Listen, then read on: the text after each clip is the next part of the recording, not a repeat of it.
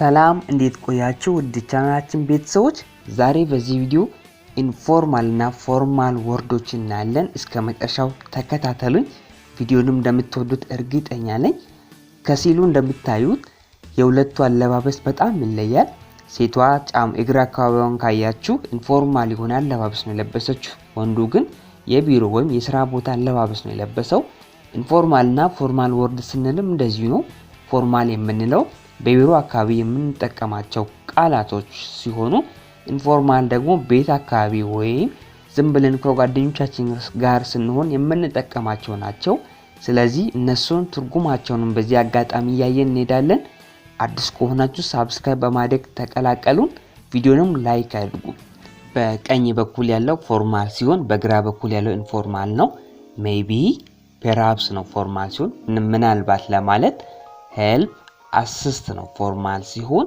እርዳታ ለማለት mad insane ነው እብድ ለማለት ፎርማሊ insane ነው የምንጠቀመው check verify ነው ፎርማሊ አረጋገጠ ወይም ማረጋገጥ get receive ነው ፎርማሊ ተቀበለ የሚለውን ለማመልከት choice select ነው ፎርማሊ select ነው መምረጥ የሚለውን ትርጉም ይሰጣል ask request ነው ጠየቀ የሚለውን ትርጉም ይሰጣል tell inform ነው ነገረ አሳወቀ የሚለውን ትርጉም ይሰጣል go up increase የሚለውን ጨመረ የሚለውን ትርጉም ይሰጣል buy purchase የሚለውን ትርጉም ይሰጣል ገዛ የሚለው ፎርማሊ purchase እንላለን need ፈለገ ወይም አስፈለገ የሚለውን ፎርማሊ require እንላለን start የሚለውን commence እንላለን ጀመረ የሚለውን ወይም መጀመርን በፎርማል ወይ commence እንላለን ስለዚህ በቢሮ አካባቢና ከሰዎች ጋር ስትሆኑ በጣም ጥንቃቄ አድርጉ እነዚህን መርጣችሁ ተጠቀሙ ስፔሻሊ ኢንተርቪው ላይ ስትሆኑ እነዚህን ፎርማል የሆኑ ንግግሮችን መጠቀም አለባችሁ ማለት ነው በስራ ቦታ ስትሆኑ ግን ኢንፎርማሊ ከጓደኞቻችሁ ጋር ስትሆኑ ያኛውን መጠቀም ትችላላችሁ በዚህ ስክሪን ላይም እንደምታዩት በግራ በኩል ያለው ኢንፎርማል ወርዶችን ሲያሳይ የቀኙ ደግሞ ፎርማል ወርዶችን ያሳያል ያው ጫማውም ያሳያል በቀኝ በኩል ያለው ፎርማል የሆነ ጫማ ነው የግራው ደግሞ ኢንፎርማል ነው ስታርት ፎርማሊ ኮሜንስ ነው ጀመረ ለማለት ኤንድ ደግሞ ፎርማሊ ተርሚኔት ነው ማለቂያ ወይም ጫፍ ለማለት ትሬይ ደግሞ ኢንዳዌር ነው ፎርማሊ ጣረ ሞከረ ወይም ልፋት የሚለውን ትርጉም ይሰጣል በአማርኛ በይ ፎርማሊ ሲሆን ፑርቼስ ነው ገዛ የሚለውን ትርጉም ይሰጣል በአማርኛ ሄልፕ ደግሞ ፎርማሊ ፋሲሊቴት ማለት ትችላላችሁ ሄልፕ የሚለው በአማርኛ ያው ትርጉሙን ስናይ አቃለለ አመቻቸ የሚለውን ትርጉም ይሰጣል ኒድ ሪኩሳይት የሚለውን መጠቀም ትችላላችሁ ፎርማሊ ፈለገ አስፈለገ የሚለውን ትርጉም ይሰጣል በአማርኛ ትሬይ ያው ቅድም እንዳየነው ነው ደግሞ ዲዩቲ የሚለው ኦብሊጌሽን ነው ፎርማሊ መጠቀም ያለብን ለዲዩቲ ግዴታ የሚለውን ትርጉም ይሰጣል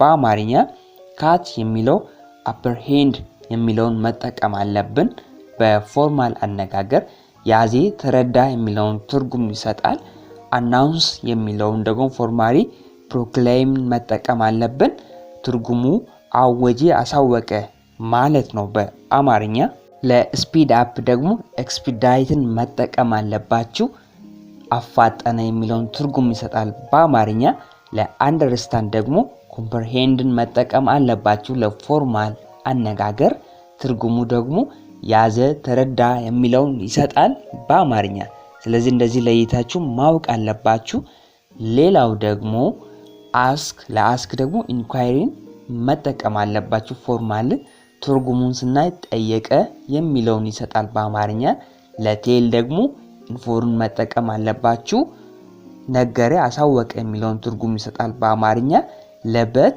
ሀወርን መጠቀም አለባችሁ ነገር ግን የሚለውን ትርጉም ይሰጣል በአማርኛ ለጌት ሪሲቭን መጠቀም አለባችሁ ተቀበለ የሚለውን ትርጉም ይሰጣል ለባድ ኔጌቲቭን መጠቀም አለባችሁ መጥፎ ለማለት ለሲም ደግሞ አፒርን መጠቀም አለባችሁ መሰለ ተከሰተ ታየ የሚለውን ትርጉም ይሰጣል በአማርኛ ኦልሶ ለማለት ሞሮቨርን መጠቀም ትችላላችሁ ለፎርማል እንግሊዘኛ።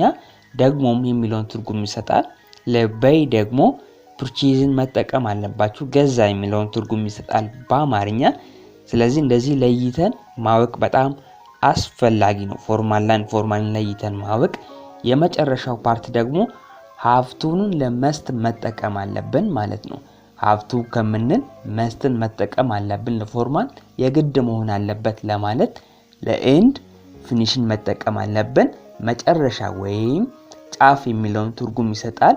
ለላክ ዲፊሽንሲን መጠቀም አለብን፣ ዲፊሽንሲን መጠቀም አለብን።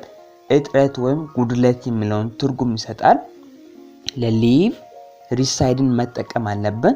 ትርጉሙን ስናይ ኖረ፣ ተደዳደረ የሚለውን ይሰጣል በአማርኛ።